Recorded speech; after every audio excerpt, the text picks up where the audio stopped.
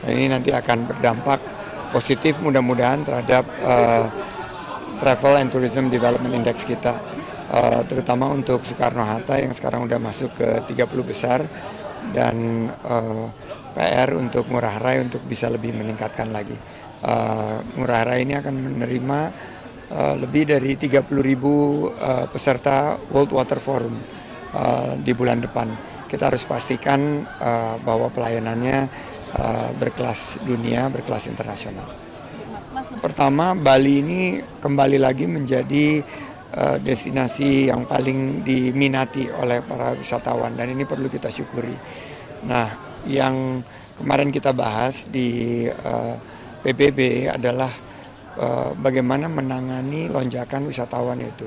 Karena sebetulnya kalau Bali sebagai pulau ini belum over tourism, tapi Bali Selatan karena semua terpusat hanya di lokasi Nusa Dua dan Bali Selatan, ini memang terlihat peningkatan beban yang cukup signifikan.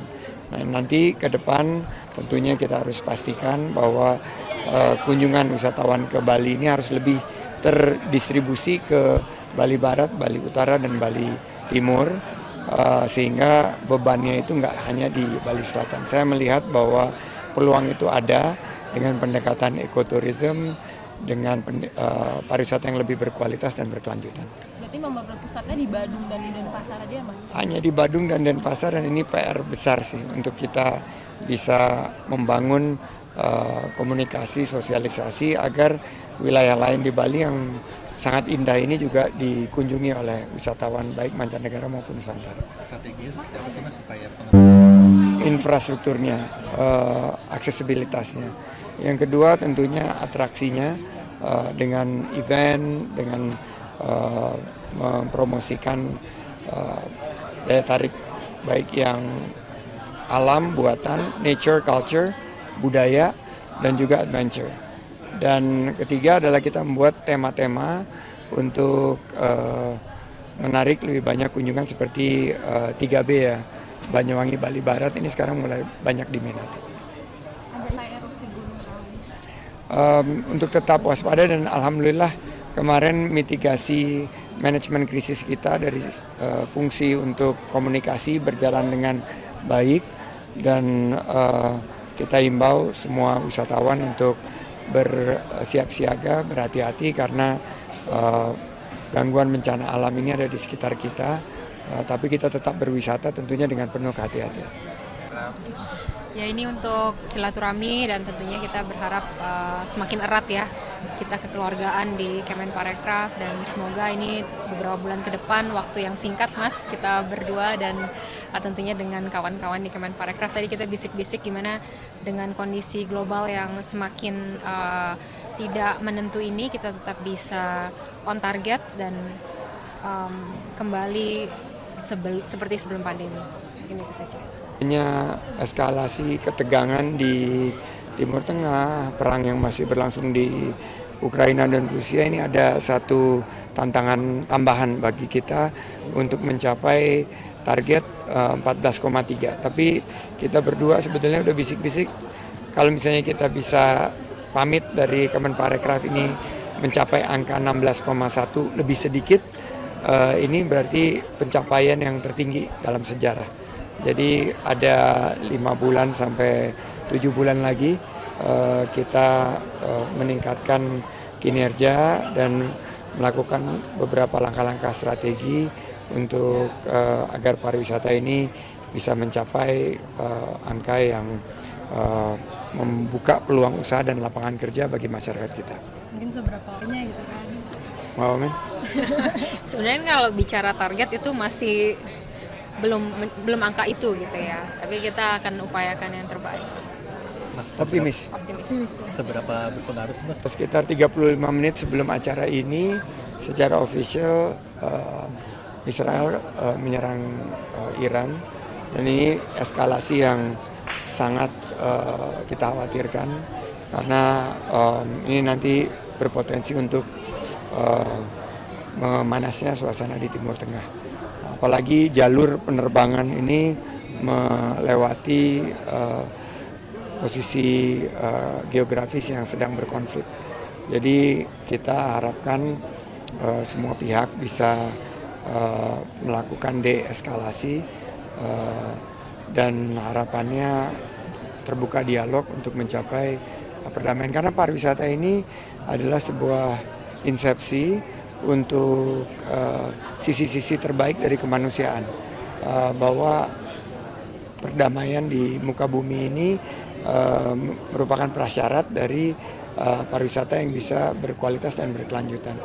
Jadi sekali lagi kita sangat khawatir dengan peningkatan situasi ketegangan, tapi kita berharap di wilayah regional Asia Tenggara khususnya Indonesia ini kita bisa menjaga stabilitas dan perdamaian dunia bisa tercipta di waktu-waktu yang akan sangat menentukan ini. Kira-kira akan berdampak nggak Mas ke... Sedang kita hitung, kita berharapnya tidak terlalu berdampak, tapi kayak penerbangan pasti akan menjadi suatu catatan tersendiri karena mungkin ada penyesuaian ini yang harus kita antisipasi.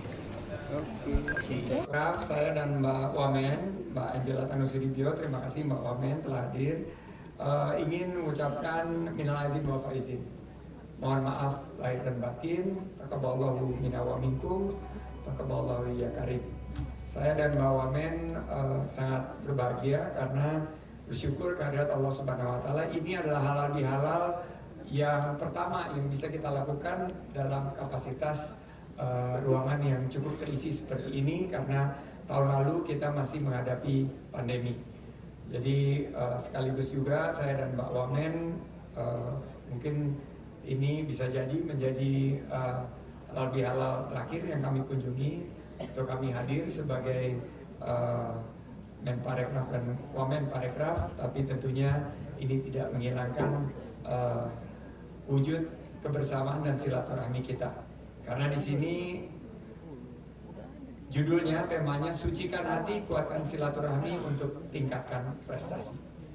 Jadi momentum yang tepat untuk pererat silaturahmi, saling memaafkan. Pasti banyak salah selama kita bertugas, dan setelah melewati bulan suci Ramadan inilah saat yang terbaik untuk saling memaafkan.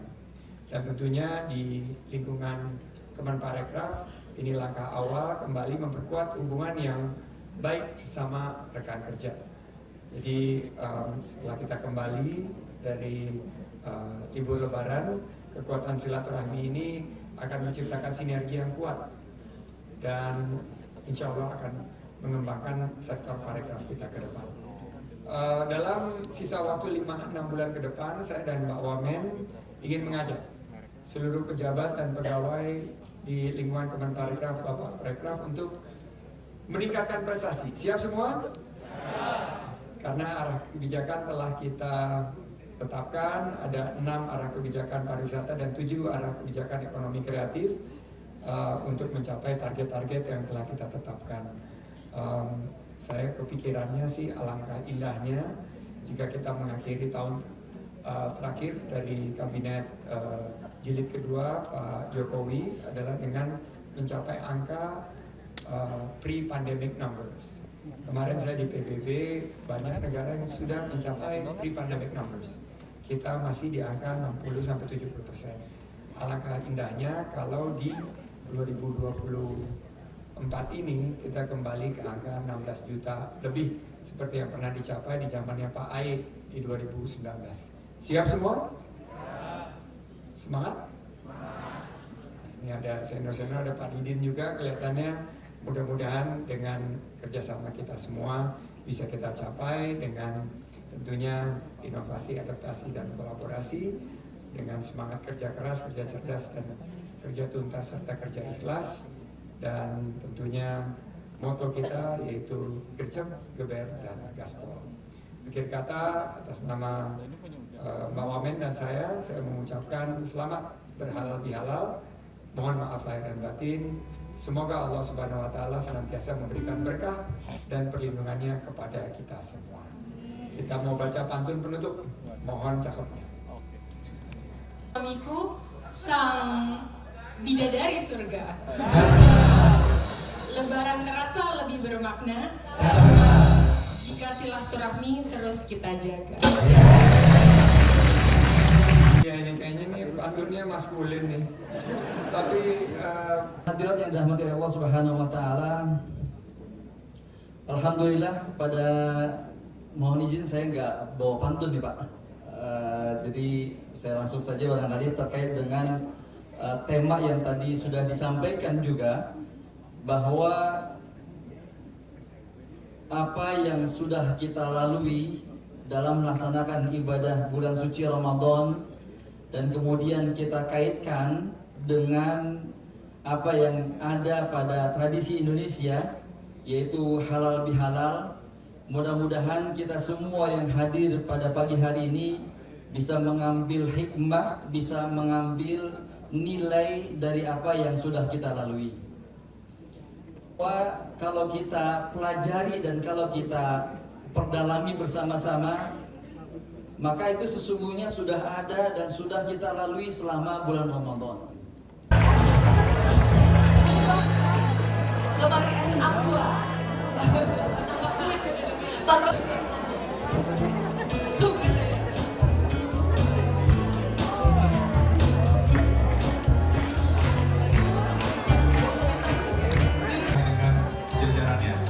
Baik, kami mengundang dengan hormat nantinya Bapak Ibu untuk berkenan arah tamang dengan seluruh pimpinan di Kementerian Pariwisata Ekonomi